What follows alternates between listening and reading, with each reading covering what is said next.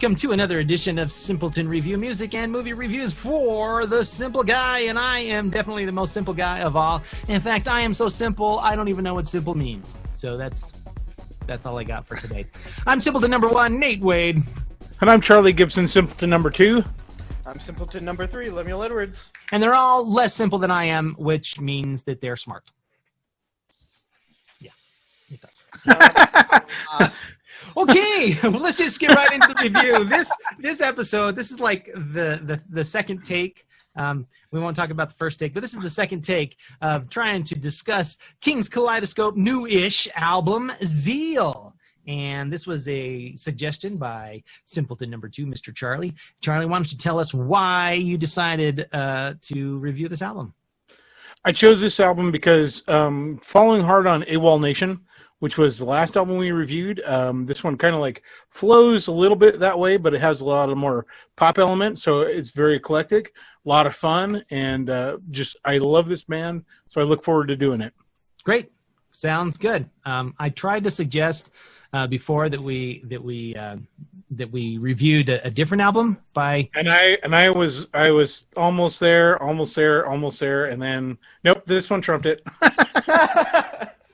Are you serious? To me, yep, it did. Okay, which album are we remembering here that I suggested? The Fiona Apple album. Yes. How can you say in a million years that Fiona Apple is trumped by... Look, Kings Kaleidoscope, if you ever watch this, I like your music, don't get me wrong. But you ain't no Fiona Apple. I'm sorry. Just saying. So, Charlie, explain yourself.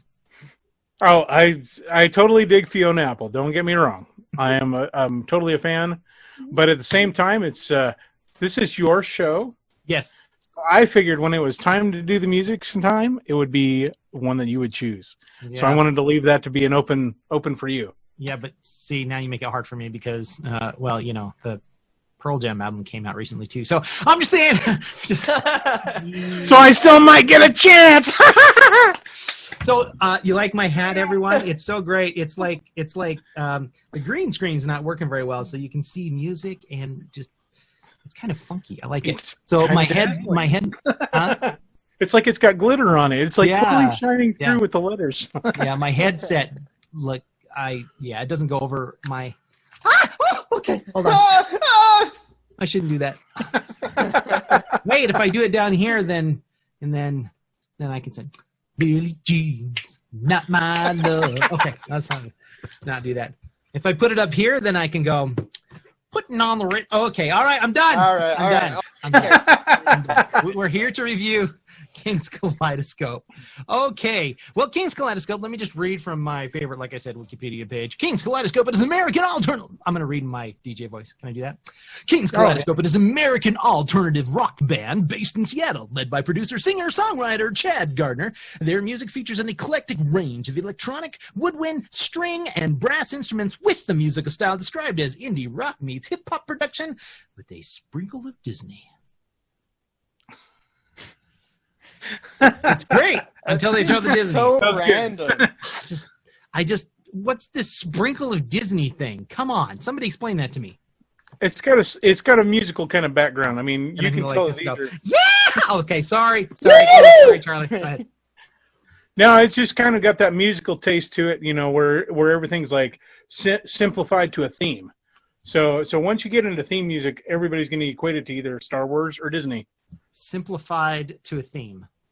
Yeah, so when you get themes in music that they repeat throughout an album, like that's going to be recognized very easily through Disney, especially with like light noises, light and sounds and everything. Okay, but I used to call those concept albums, right? A lot of people call those concept albums when you take a theme and all your songs revolve around that. But when you add like rock noises with symphonic, a lot of people go straight to Disney. I mean, that's what their soundtracks have done for eons, especially when Elton John started doing like The Lion King. It's like everybody recognizes that style. So tell me, who was the first rock band to put symphonic elements in their work? Or at least generally recognized? Beatles. Yes, right? The Beatles and Sgt. Pepper's, right? Sgt. Pepper's album. But it was more like brass band, like you would see at a pep rally, or That's like true. A parade, or like more like Salvation Army, like pomp. Yeah. Some of it. There's some violin, if depending, like if you talk about like the song "For the Benefit of Mr. Kite," that song right there, and that kind of stuff. But okay, I guess you're right. I don't know. To me, I don't know if Kings Kaleidoscope wrote this, or if Tooth and Nail, or are they on Tooth and Nail now, or are they on that new record label now? They're on the new record label now. Okay. Or if their new record label wrote it, I don't know who wrote it. What's that? Rainbow? Well, Rainbow. I think that they're. I mean, even if you listen to all their albums, they do have this dynamic that, like, I could see people describing as Disney.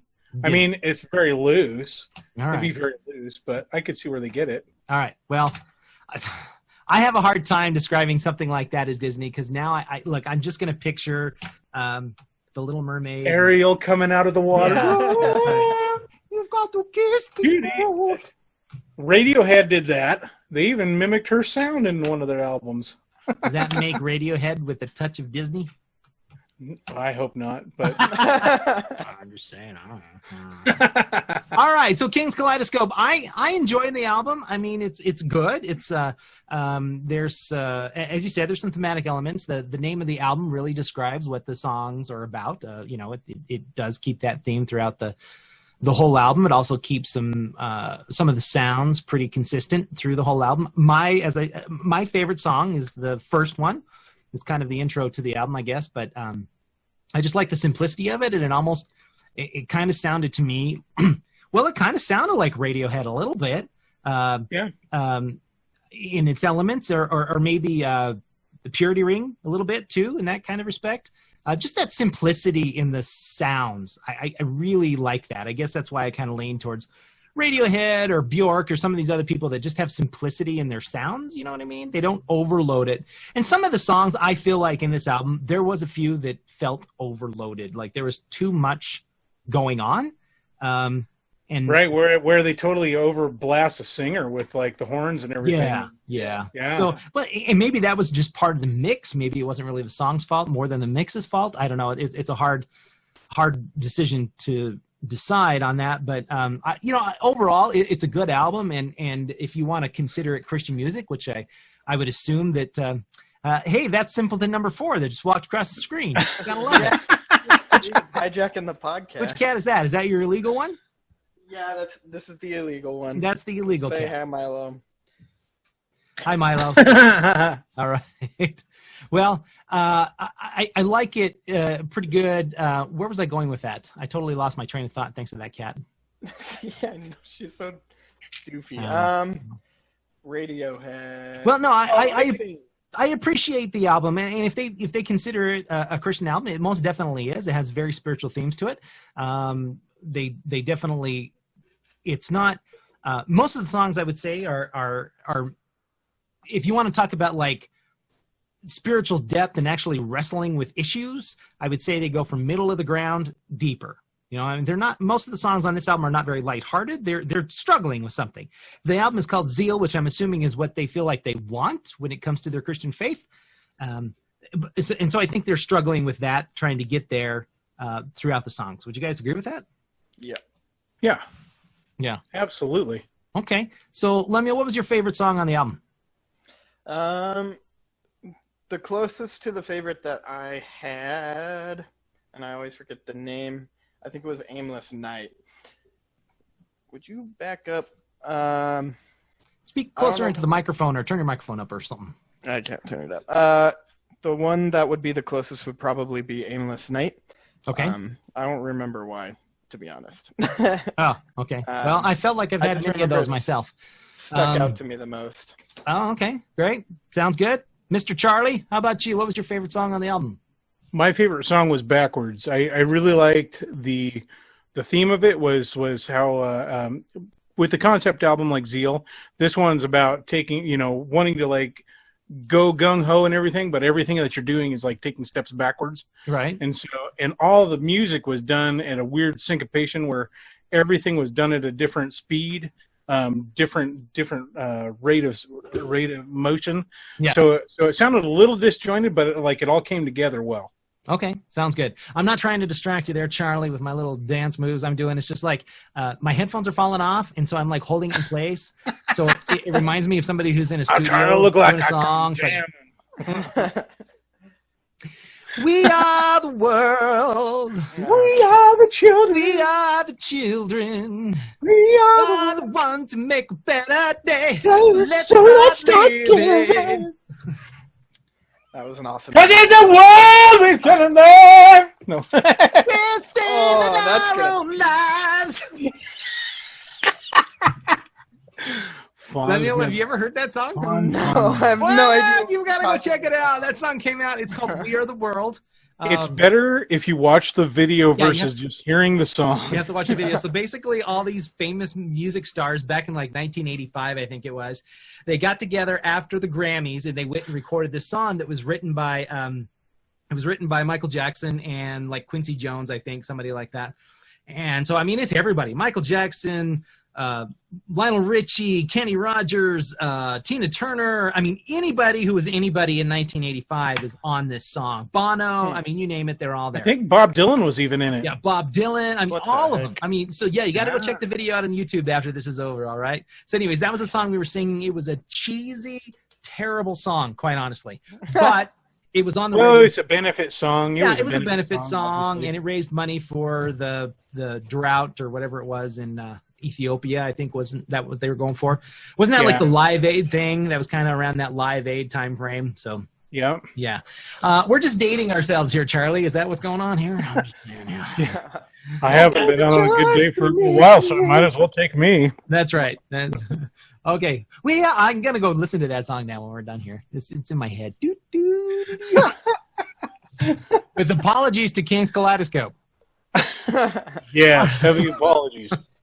All right, so look, as far as I was concerned, I think the album was okay. I like the techno background of the album, and I do like the fact that they did fuse different sounds in there. They're heavy on the horns on occasion, so they got kind of a jazz beat to them. And there's at least one song that almost borderlines on grunge. They've got the guitar cranked and the distortion cranked on that guitar. I think it's like the second song or third song on the record. So I dug it. I almost felt like it was a little disjointed, quite honestly. I know they were following a theme, but I kind of felt like it was a little disjointed. But it wasn't bad. I enjoyed it. And so I'm going to give it my rating right now. How does that sound? Okay. Yeah, that works. I'm going to go for a solid 3. Let's see. There we go. 3. 3 it is. 3. Yeah. So 3. It's good. It's good. It's not bad. It's good. It's a good attempt. That sounds terrible. It's a good album. You guys did a good job with the record, okay? That's all I'm trying to say. All right, moving on. Who's next? Let's do Lemuel. Lemuel, Mr. Simpleton 3, what is your review of this album? I think I'd put it at a 4. Like, I'd listen to it again. I don't mind having it on, like, my main playlist. The only times I probably wouldn't really want to listen to it is if I was, like, kind of in a lower mood. Okay. Why? Because of the deep lyrics or just kind of the melancholy feel of it? Yeah, I don't think I'd want to focus too hard on those lyrics if I was already, like, unhappy with the way things were. What would you rather put on? AWOL Nation? Yeah, AWOL Nation. Maybe some SpongeBob or Veggie Tales, honestly. Not going to lie. Oh, okay. Some Disney. Yeah. I'm in a terrible mood. Let's listen to NF. Yeah. No, I'm sorry. That would be your brother. All right. That is my brother. That's Charlie. Lemuel gave it a 4. What is your rating? I also give it a 4. I think it's a solid album, and I'm already a fan, so I'm pretty predisposed. You're sold. I do like their sound, and I dig like the way they produce their albums, and this one was like right on par with what they do, and always going to have a different theme and a different thing going on, but there's always going to be a track that you can get into, and like for me, I was able to put like 5 or 6 on playlists, so it's like jam. So what would somebody have to do to make you give a 5? I would have to be able to play that album like probably 3 or 4 times in a row without, be able to. Yeah. Like without having to like skip something or turn it off. Okay, so there are songs on this album that you're like, meh. Yeah, there's always songs on albums that I just kind of like, or they're time sensitive. Like if something is like, if it can be timeless, then I will definitely give it a 5. Yeah, there are very few albums where I could listen to like the whole way through and then go, is it over? I don't want it to be over. Can we play it again? Like, I could give you like one example right now. In my mind, Circle Slide by The Choir.